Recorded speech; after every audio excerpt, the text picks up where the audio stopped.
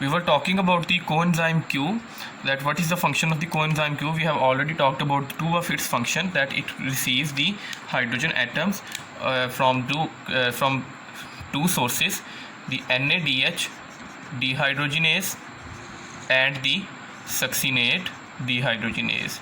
The NADH dehydrogenase is a part of the complex 1 and the succinate dehydrogenase is part of the complex 2 of the electron transport chain. And the third source of the coenzyme Q is for the third function of the coenzyme Q is that it accepts electron from another enzyme called the glycerol 3-phosphate dehydrogenase. And a fourth source is the acyl CoA dehydrogenase. We'll first talk about the G3P dehydrogenase, that how it accepts electron from the G3P dehydrogenase reaction, and what is the function of this reaction. Basically, you know that here we have the mitochondria, the inner membrane, and here we have the cytosol of the cell. In the cytosol of the cell, there is going on the process of the glycolysis. During the process of the glycolysis, NADH has been produced. Now this NADH needs to be metabolized for energy, and because this NADH is in the cytosol, so we need to have a mechanism by which this NADH can enter the inner mitochondrial membrane. So because the NADH cannot directly enter the inner mitochondrial space, so we will employ some mechanisms or some shuttles, some tunnels you can say for it. Because the NADH is prohibited from entering the mitochondria, so we will employ some mechanism by which it will be added to another compound, and that this compound is entered into the mitochondrion. First of all, the compound is the dihydroxyacetone phosphate. The dihydroxyacetone phosphate is acted upon by an enzyme called the cytosolic G3P dehydrogenase. This is a cytosolic enzyme, and this is occurring in the cytosol of the cell. This dihydroxyacetone phosphate will be converted to glycerol 3-phosphate. Remember that in the glycolysis, the glyceraldehyde 3-phosphate is produced. Here the glycerol 3-phosphate is produced. This is the same glycerol 3-phosphate that occurs that also is involved in the tag synthesis, triacylglycerols. Here we have the NADH that we need to transport. Basically, during this reaction, the energy that is stored in the form of NADH, this energy is stored in the G3P molecule, and then this G3P molecule will enter the mitochondrion. Here in the mitochondria, let's draw here a line. This is the cytosol, this is the mitochondria. This G3P is now in the mitochondria. Basically, in the mitochondria, there is another enzyme called the mitochondrial G3P dehydrogenase enzyme. The mitochondrial isozyme converts the G3P back into the dihydroxyacetone phosphate. But here the acceptor of the hydrogen atom is not the NADH but FAD, and FAD is converted into FADH2, and then this FADH2 gives its electrons to the coenzyme Q, which is converted into coenzyme QH. In this way, coenzyme Q accepts electron from the G3P dehydrogenase, mitochondrial G3P dehydrogenase, and this dihydroxyacetone phosphate is then removed or dumped back into the cytosol. Now let's talk about the acyl CoA dehydrogenase. Basically, during beta oxidation of the fatty acids, the beta oxidation is a process by which the fatty acids are metabolized to energy.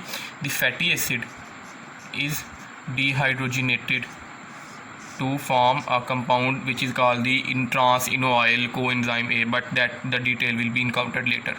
Basically, in this process, the enzyme is the acyl CoA dehydrogenase, and the acyl CoA dehydrogenase removes the hydrogen atoms from the fatty acid, and here the acceptor of the hydrogen atom is again the FAD, which is converted into FADH2, and then this FADH2 gives its electrons to coenzyme Q, which is converted into coenzyme QH2. So here are the four sources of the hydrogen atoms for the coenzyme Q. Let's proceed forward to the electron transport chain. Here again we have the inner mitochondrial membrane and the perimembranous space and the outer mitochondrial membrane. There is the complex 1, the complex 2, and coenzyme Q. The coenzyme Q receives electron from the both the complex 1 and the complex 2. The NADH is oxidized here. 4 hydrogen atoms have been pumped, and FADH is oxidized here, but no hydrogen atoms are being pumped. Now this coenzyme Q moves to another compound, another complex of the electron transport chain, that is the complex 3 of the electron transport chain. The electrons from the complex 3 are then moved to another compound called the cytochrome C. From the cytochrome C, the electrons are moved to fourth complex of the electron transport chain, and from the fourth complex the electrons are ultimately accepted by the oxygen. During the movement of the electron from the coenzyme Q to the to complex 3 and from the complex 3 into cytochrome, 4 hydrogen atoms are again pumped into the perimembranous space, and during the channeling of the electron from complex 4 to the oxygen, the 2 hydrogen atoms are again pumped to the perimembranous space. Okay, now let's go into details of these pathways. Basically, all these pathways involve the cytochromes. The cytochromes are you can say these are compounds which contains the heme group, and the heme group of course it will contain the iron atoms in the form of either Fe2 positive or in the form of Fe3 positive. The complex 3, this complex is also called the cytochrome B and C1, and then the complex 4 is also called the cytochrome A and A3, cytochrome A3 and cytochrome BC1, and here we have the cytochrome C. Now let's go into details of these reactions.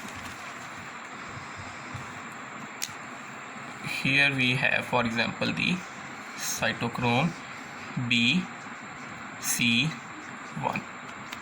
The cytochrome BC1 will accept electrons from the coenzyme Q. The coenzyme Q has 2 electrons, and it will be converted into coenzyme Q, and here the electron carrier will be the iron atom. The iron atom that is in the form of the heme, iron of the heme that is in the form of the ferric, it will be converted into ferrous form, and then the electrons from this ferrous atom will be accepted by another enzyme, another cytochrome called the cytochrome C that was hovering in the air, and now the cytochrome C will accept these electrons and it will be converted. Here it again has the Fe3, it also contains iron, and also the cytochrome C will be converted into Fe2 positive form, and in this way the electrons have been accepted by the cytochrome C. Now during this pathway 4 hydrogen atoms will be pumped. Now the cytochrome C will donate electrons to the complex 4. So here we have the cytochrome C in the form of ferrous. It has an electron, and these electrons will be moved to another compound called the cytochrome A and A3. It also has the iron atom, cytochrome A and A3, and it will have iron in the form of ferric, and this ferric atom will be converted into ferrous form, A and A3, and it is converted into Fe2 positive form, and the Fe2 positive of the cytochrome C is again converted into the Fe3 form. Now from this cytochrome A3 Fe2 positive form, the electrons are accepted by oxygen, and the oxygen accepts electron and it is converted into water, and in this way the electrons have been channeled, and during this pathway 2 hydrogen atoms have been pumped into the perimembranous space.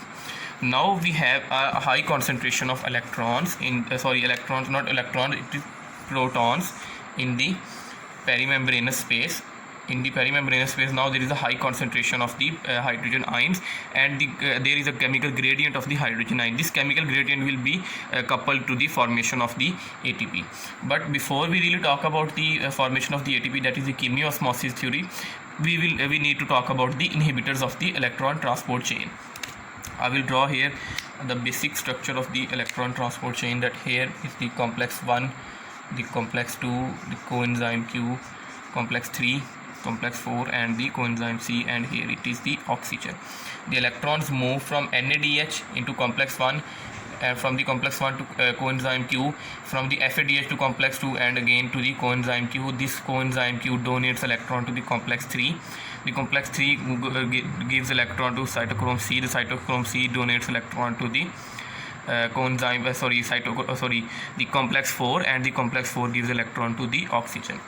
Okay, now there is a drug which is called the amytal retinone. Amytal retinone.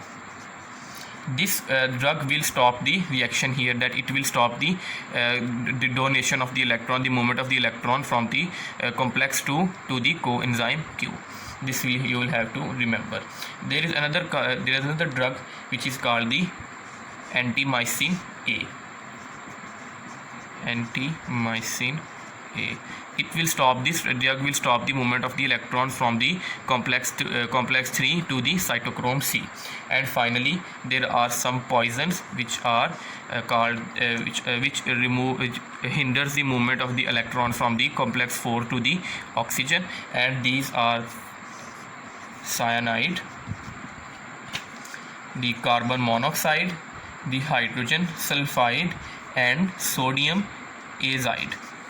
These are the compounds that will stop the movement of the electrons from the complex 4 to the oxygen, and in this way they are the electron transport chain inhibitors. In the next video we will talk about the chemiosmosis and some drugs associated with the chemiosmosis. Thank you very much.